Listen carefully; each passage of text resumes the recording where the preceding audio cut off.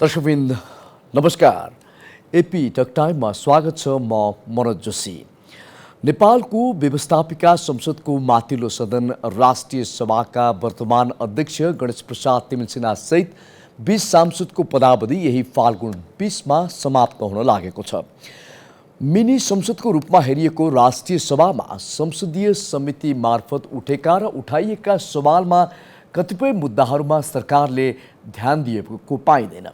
सरकारलाई नागरिकप्रति जनउत्तरदायी तथा जिम्मेवार बनाउने थलोको रूपमा हुनुपर्ने स्थान कतिपय अवस्थामा जनताका समस्या सम्बोधन भन्दा पनि दलका नेताहरूको व्यक्तिगत स्वार्थ पूर्ति गर्ने थलोको रूपमा प्रयोग भएका दृष्टान्त पनि प्रष्टै छन्। यो फेरि सबैमा लागू हुँदैन। यो भनेको दलका केही नेताहरूले नैतिक ल्याकत राख्न नसक्नु भन्ने बुझौँ। आज हामी सकिँदै गरेको राष्ट्रिय सभाका वर्तमान सदस्यले गरेका काम कार्यावधि समाप्त हुँदै गर्दा हालसम्म के काम भए, कस्ता चुनौती आइलागे र सँगै राष्ट्रिय सरकार तथा समन्वय समितिले गरेका काम पनि जोड्नेछौँ। हामीसँग हुनुहुन्छ दिलकुमारी रावल। हामी उहाँलाई पार्वती रावल भनेर पनि चिन्छौँ। उहाँ राष्ट्रिय सभा सदस्य तथा राष्ट्रिय सरकार तथा समन्वय समितिकी अध्यक्ष पनि हुनुहुन्छ। यहाँलाई स्वागत छ। धन्यवाद। कस्तो छ? आराम हुनुहुन्छ? ठिक छु। मैले यहाँको अलिकति विगत कोट्याउन चाहेँ। कसरी एउटा राजनीतिमा प्रवेश गरेर आज राष्ट्रिय सभाको सदस्य भइराख्दासम्म यहाँका विगतमा घटेका घटनाहरू र यहाँसम्म आइपुग्नुको विगतलाई के सम्झिन चाहेँ। म एकदमै सामान्य किसान परिवारमा गाउँमा जन्मेको एउटा व्यक्ति हुँ र मेरो परिवार राजनीति परिवार होइन। राजनीति एउटा वामपन्थीलाई मतदान गर्ने समर्थक परिवार हो र म जब विद्यालय पढ्दै थिएँ मावि तहमा, त्यति बेला व्यवस्था परिवर्तनलाई 46 सालको आन्दोलन थियो। हाम्रा अगुवा दाइ दिदीहरूले हामीलाई चाहिँ ट्रकमा ट्र्याक्टरमा राखेर चाहिँ विभिन्न आमसभाहरूमा लानुहुन्थ्यो। अनि त्यो आमसभाहरू त्यसपछि 46 साल परिवार सानै म 6-7 कक्षामा पढ्थेँ। त्यसपछि अब व्यवस्था परिवर्तन भयो। 46 सालमा प्रजातन्त्र आयो। 48 सालमा चाहिँ आम निर्वाचन भयो। 49 सालमा त्यो बेलामा चाहिँ अब परिवारले चाहिँ वामपन्थीहरूलाई भोट हाल्ने। त्यसपछि अब त्यो बेलाको एसएलसी पास गरिसकेपछि क्याम्पस जीवन प्रवेश गर्यो। क्याम्पसबाट चाहिँ म एकदमै एक्टिभली सङ्गठनमा त्यो बेलाको अब अहिलेको अन्डरासभ्यू प्रारम्भिक कमिटी प्राक भन्थ्यो। अब क्याम्पसमा म सुरुमै कमिटेड भएर अगाडि बढेँ। अनि क्याम्पसमा एक्टिभली काम गरिसकेपछि त्यसपछि म पार्टी कमिटीमा मेरो चाहिँ एकदम निरन्तर अविच्छिन्न रूपमा चाहिँ म विभिन्न जनसङ्गठन पार्टी कमिटी हुँदै अगाडि बढेँ। अहिले सम्झिँदा त्यो विद्यार्थी राजनीतिमा लाग्दा म सांसद हुन्छु, जनताको प्रतिनिधिमूलक संस्था संसदमा आएर यो अवस्थाको भूमिका निर्वाह गर्छु भन्ने सोचाइ त थिएन। अब त्यो बेलामा विद्यार्थीको आन्दोलनमा लाग्दा विद्यार्थीको हक अधिकारको लागि चाहिँ काम गर विद्यालय परेको समस्या समाधान चाहिँ सङ्गठनमा सङ्गठित भएपछि हुन्छ भन्ने मान्यता र अझै कम्युनिस्ट पार्टीमा लाग्दाखेरि चाहिँ समानता न्याय एउटा त्यो अवस्था चाहिँ सबैलाई समान व्यवहार हुन्छ भन्ने हिसाबले चाहिँ कम्युनिस्ट पार्टीमा आकर्षित भएँ। म नेकपा एमालेसँग सङ्गठित भएर निरन्तर नेकपा एमालेको सबै तह एउटा प्रारम्भिक वडा कमिटीदेखि गाउँ कमिटी, क्षेत्र कमिटी, जिल्ला कमिटी, प्रदेश कमिटी हुँदै अहिले केन्द्रीय कमिटीसम्म चाहिँ आइपुगेको मेरो अनुभव छ। महिला भएकै कारण यो राजनीतिमा यहाँसम्म आइपुग्न कतिको गाह्रो हुँदो रहेछ? त्यो गाह्रो चाहिँ छ, किनभने हाम्रो समाजको मूल्य मान्यता अब हिजो हाम्रो हजुरआमाको पालामा महिलालाई नागरिकको रूपमै स्वीकार्ने थिएन नि त। महिला नागरिकको रूपमा थिएन, महिलालाई बोल्ने अधिकार, सभा सम्मेलनमा भाग लिने कुनै अधिकार। त्यो अवस्थाबाट आज आइपुग्दा त हामीले पछिल्लो समयमा जारी गरेको संविधान 2072मा त समानतासहितको हक प्राप्त गरेका छौँ र राज्यका सबै निकायमा कम्तीमा पनि 33% महिलालाई सुनिश्चित गरेका छौँ। त्यो हिजोको अवस्थालाई सम्झिँदा त एकदमै कहाली लाग्दो अवस्था हो। तर आज हामीले धेरै उपलब्धि प्राप्त गरेका छौँ। अझै प्राप्त गर्न बाँकी पनि छ भन्न चाहन्छु। म प्राप्त उपलब्धिलाई सदुपयोग गर्ने र त्यसपछि अगाडि जाने अरू प्राप्त गर्नको लागि चाहिँ हामी सङ्गठित ढङ्गले चाहिँ अगाडि बढ्नुपर्छ भन्ने लाग्छ। के सोचेर लाग्नुभयो राजनीतिमा? सोचेर भन्दा सुरुमा अघि मैले भने जस्तो एउटा चाहिँ विद्यार्थी राजनीतिमा लाग्दा चाहिँ अब त्यो बेलामा म विद्यालयमा पढ्दा निर्दलीय व्यवस्था थियो। अब बहुदल आएपछि चाहिँ बहुदलीय व्यवस्थामा चाहिँ सबैको समानता हुन्छ, न्याय हुन्छ भन्ने एउटा चाहिँ सबैको विचार, मुख्य कुरा त आफ्नो विचारको स्वतन्त्रता हुन्छ, सङ्गठनमा सङ्गठित हुने स्वतन्त्रता हुन्छ भन्ने त्यो बाल मस्तिष्कमा पर्यो मलाई। अनि त्यहाँ ठुला मान्छेहरूको छलफलमा सामान्य बच्चाको हिसाबले सुन्दा निर्दलले चाहिँ यस्तो यस्तो गर्यो, बहुदल चाहिँ राम्रो हुन्छ हुन्छ भन्ने त्यो छाप र विद्यालयमा पढिरहँदा त्यो 46 सालको परिवर्तनमा ट्रक र ट्र्याक्टरमा चढेर आम सभामा जाँदाखेरि चाहिँ त्यहाँ महिलाले पनि भाषण गरेको विशेष त महिला विद्यार्थीले भाषण गरेको सुन्दा पुरुषहरूले त धेरै गर्नुहुन्थ्यो, त्योभित्र एउटा वक्ता मात्रै महिला हुन्थ्यो। महिलाले नि भाषण गरेको देख्दा चाहिँ मलाई के लाग्यो नि, महिलाले नि राजनीतिमा जान सक्दो रहेछ, महिलाले यति राम्रो भाषण गर्न सक्दो रहेछ भन्ने त्यो बाल मनोविज्ञानको असर त्यसपछि म निरन्तर लागेँ जस्तो लाग्छ। सोचेको जस्तो भइरहेछ अहिले? सोचेको जस्तो भाछ नै भन्छु, किनभने म सङ्घर्ष त मैले धेरै नै गरेँ। म प्रत्यक्ष 3 पटक निर्वाचनमा प्रतिस्पर्धा गरेँ। पहिलो संविधान सभाको निर्वाचन 2064 सालमा म चितवनको क्षेत्र नम्बर 4 बाट प्रतिस्पर्धा गरेँ। 70 सालमा म त्यही क्षेत्रबाट प्रतिस्पर्धा गरेँ। 70 सालमा तत्कालीन नेपाली काङ्ग्रेसका सभापति सुशील कोइरालासँग मैले प्रतिस्पर्धा गरेँ। उहाँले त्यो निर्वाचन छाडिसकेपछि फेरि 71 साल असार 8 गते भएको उपनिर्वाचनमा पनि म प्रतिस्पर्धीको रूपमा अगाडि आएँ। भलै मैले विजय प्राप्त गर्न नसके पनि हाम्रो म आबद्ध रहेको पार्टी नेकपा एमालेको त्यो कमजोर क्षेत्र भनेर चिनिन्थ्यो। त्यो क्षेत्रमा हरेक पटकको निर्वाचन मैले दोब्बरको सङ्ख्याले मत चाहिँ बढाउन सकेँ र अनि प्रत्यक्ष जनताको घर दैलोमा पुग्दाखेरि जनताका सुख दुःखका कुरा, जनतासँग एकाकार हुने कुरा, उनीहरूका भावनासँग नजिक हुने कुरा, समस्यासँग जुन्ने कुरा, समस्यासँग जानकारी लिने कुराले चाहिँ मलाई निर्वाचनमा पराजय भए पनि जनताका समस्या सवाल उठाउन, उहाँहरूका सुख दुःखमा सधैँ साथमा रहने कुराले चाहिँ राजनीतिमा लागिरहन प्रेरणा पद भन्दा पनि त्यो मेरो चाहिँ जनतासँगको एकाकार सम्बन्धले चाहिँ मलाई एकदम यसमा निरन्तर लागिरहन चाहिँ उत्साहित नै गरे जस्तो लाग्छ।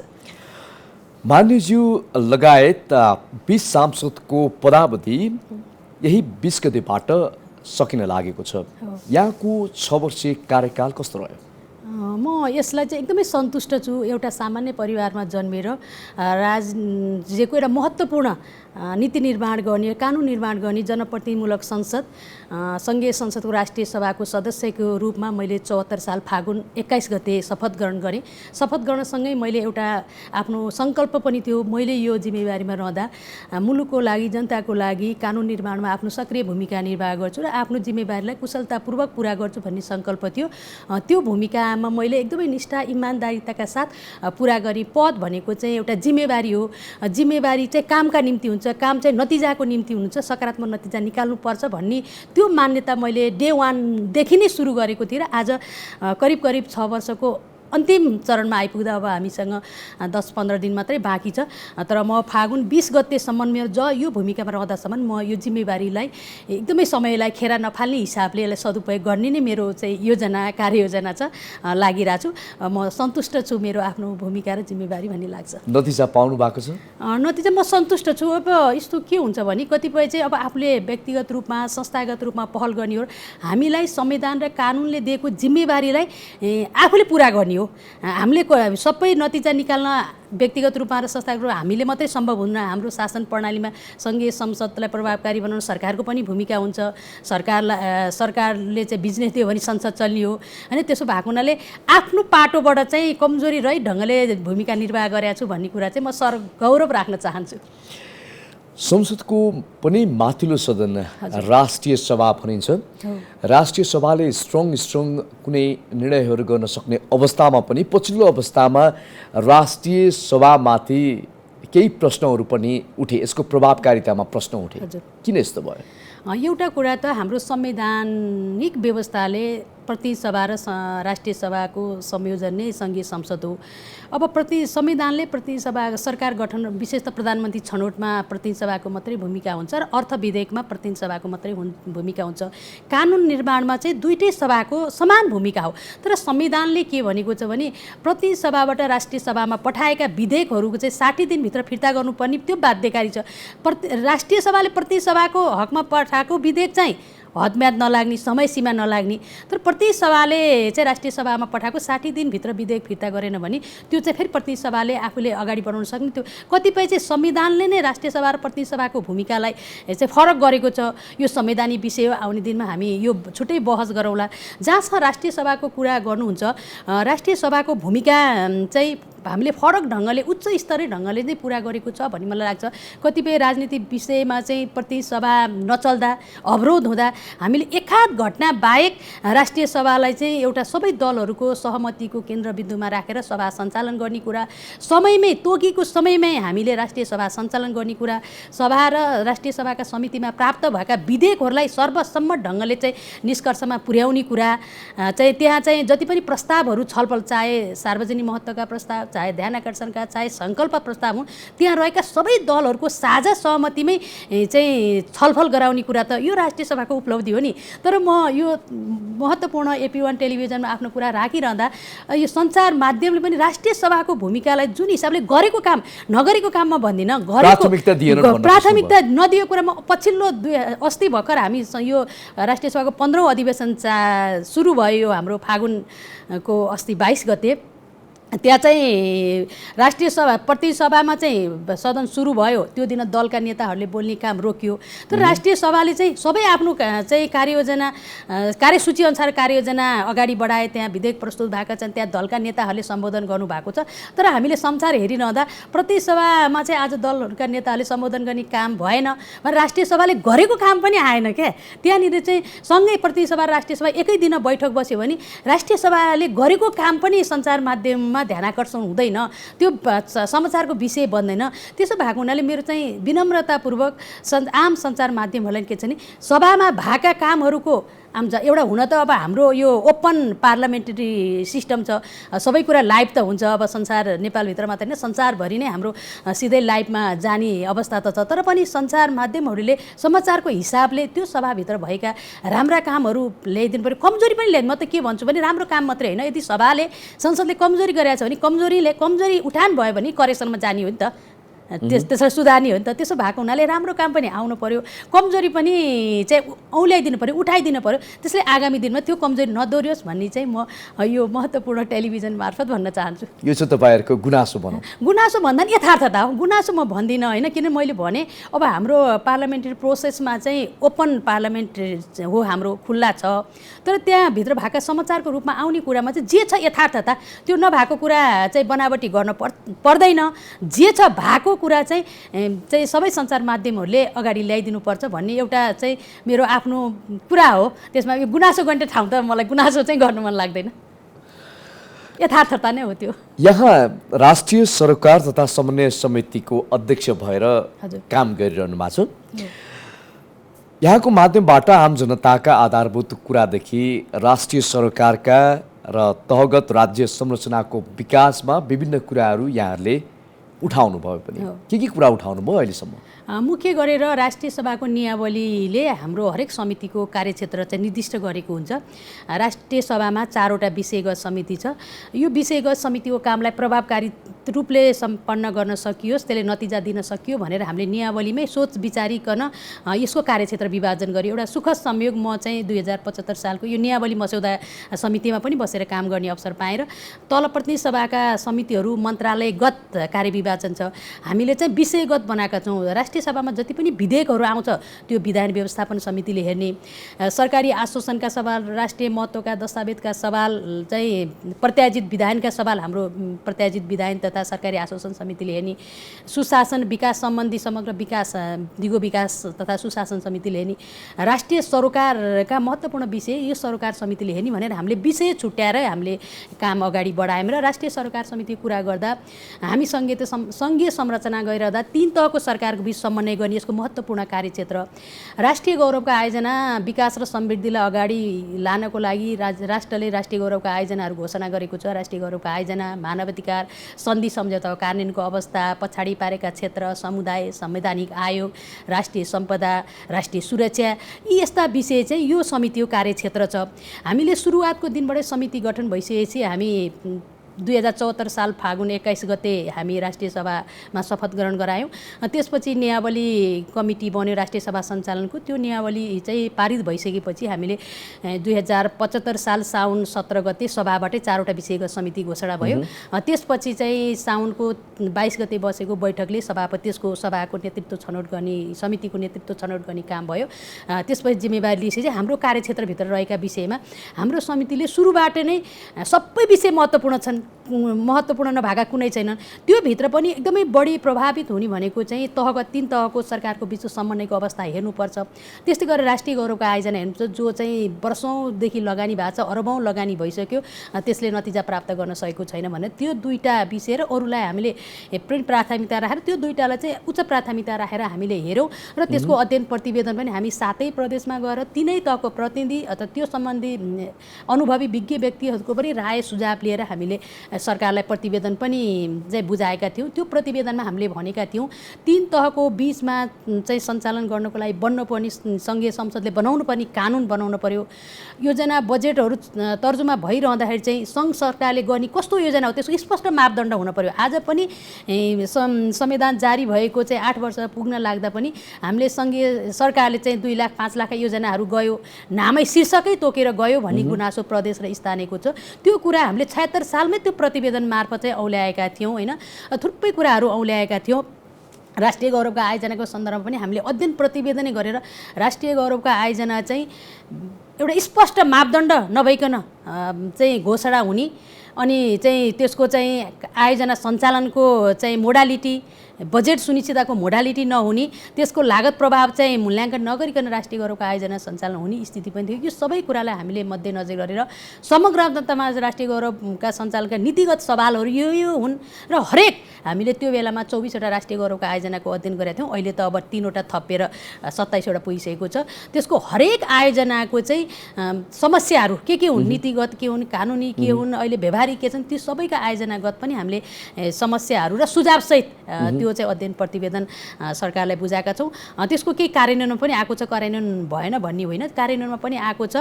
कतिपय सुरुवात चरणमा पनि छ, कतिपय चाहिँ सुरुवात नभएको अवस्था पनि छ। तर समितिले यसलाई अझ निरन्तर फलोअप गर्नु पनि हाम्रो अभ्यास के छ भने एकचोटि भनेर चाहिँ नगर्ने, निरन्तर त्यसलाई चाहिँ अनुगमन गरिरहनु पर्ने, सुझाव दिइरहनु पर्ने खालको स्थिति छ। हामी त्यसमा चाहिँ समिति एकदम सक्रियताका साथ लागिरहेका छौँ।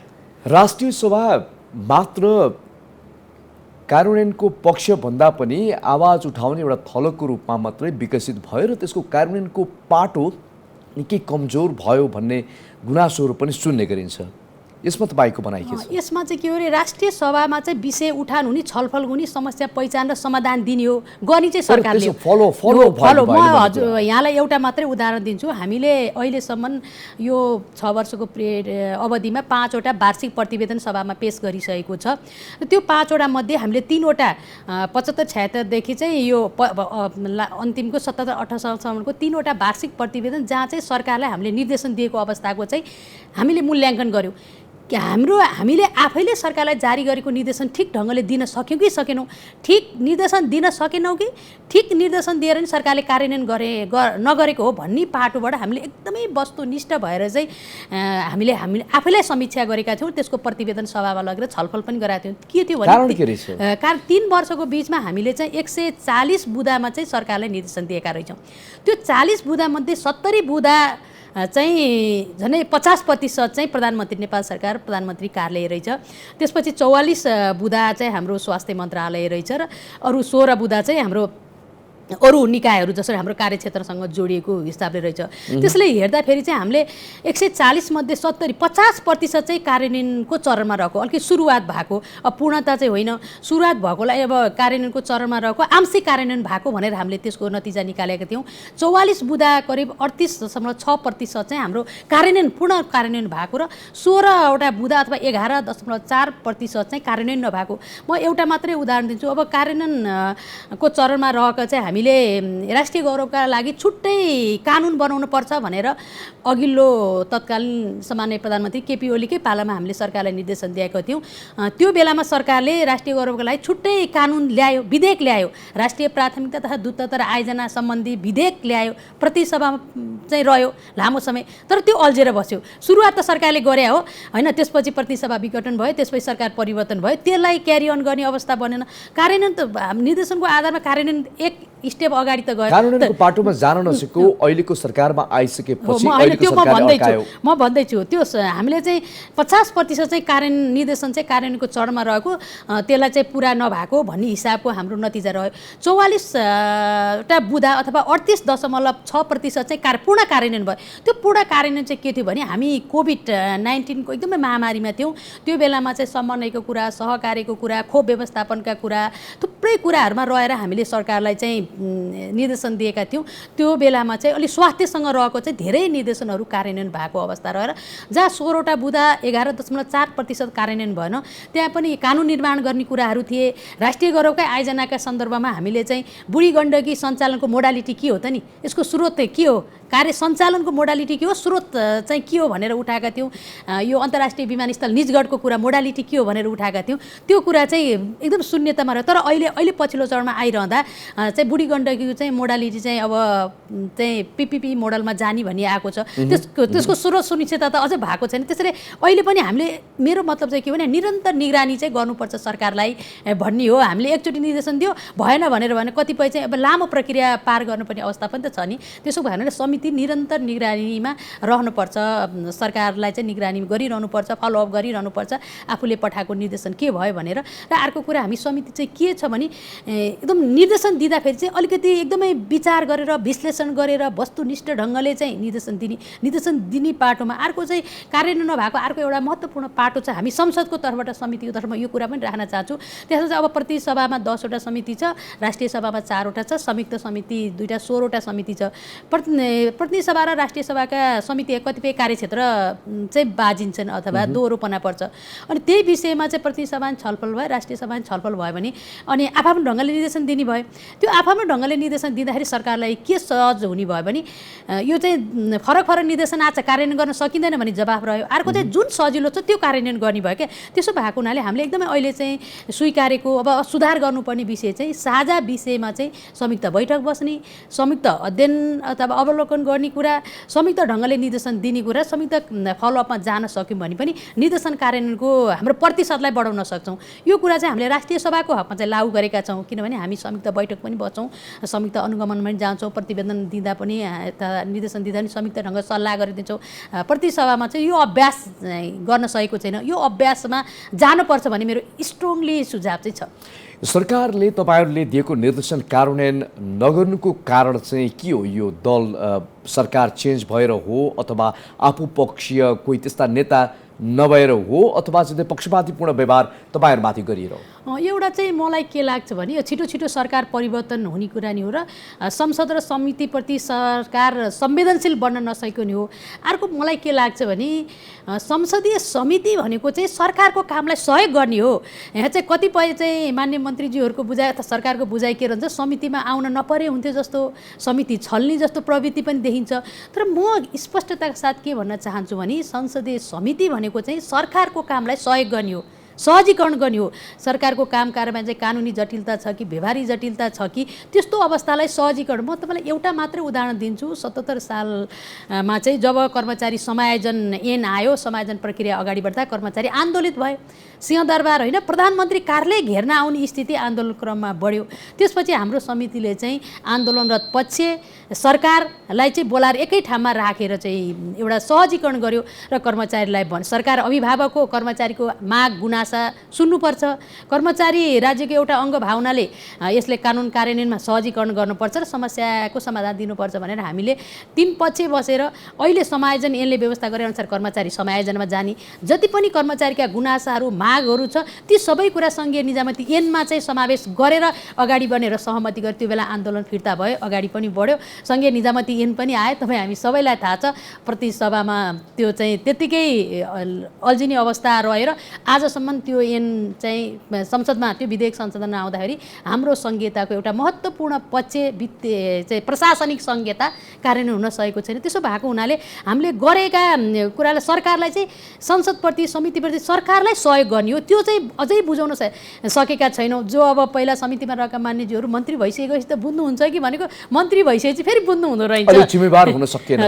मुख्य भनेको चाहिँ सरकार जिम्मेवार हुनुपर्छ, सरकारको काममा सहजीकरण गर्ने नै समितिको दायित्व हो। त्यो कुरा चाहिँ सरकारले बुझ्नुपर्छ भन्ने नै लाग्छ। कतिपय मन्त्रीज्यूहरूले बुझ्नुहुन्छ, अनि हामीले निर्देशन दिने बेला नि हामीले अलिकति फरक ढङ्गले उहाँसँग छलफल गरेर चाहिँ त्यहाँको अवस्था, मुख्यतः हाम्रो देशको अवस्था, हाम्रो आवश्यकता त्योभित्र प्राथमिकरण गरेर जाने हो नि त। कतिपय समितिहरूमा मन्त्रीहरूलाई बोलाएर एकदमै र्याखी पारेर अथवा क्षणिक पपुलारिटीको अवस्था पनि देखिन्छ।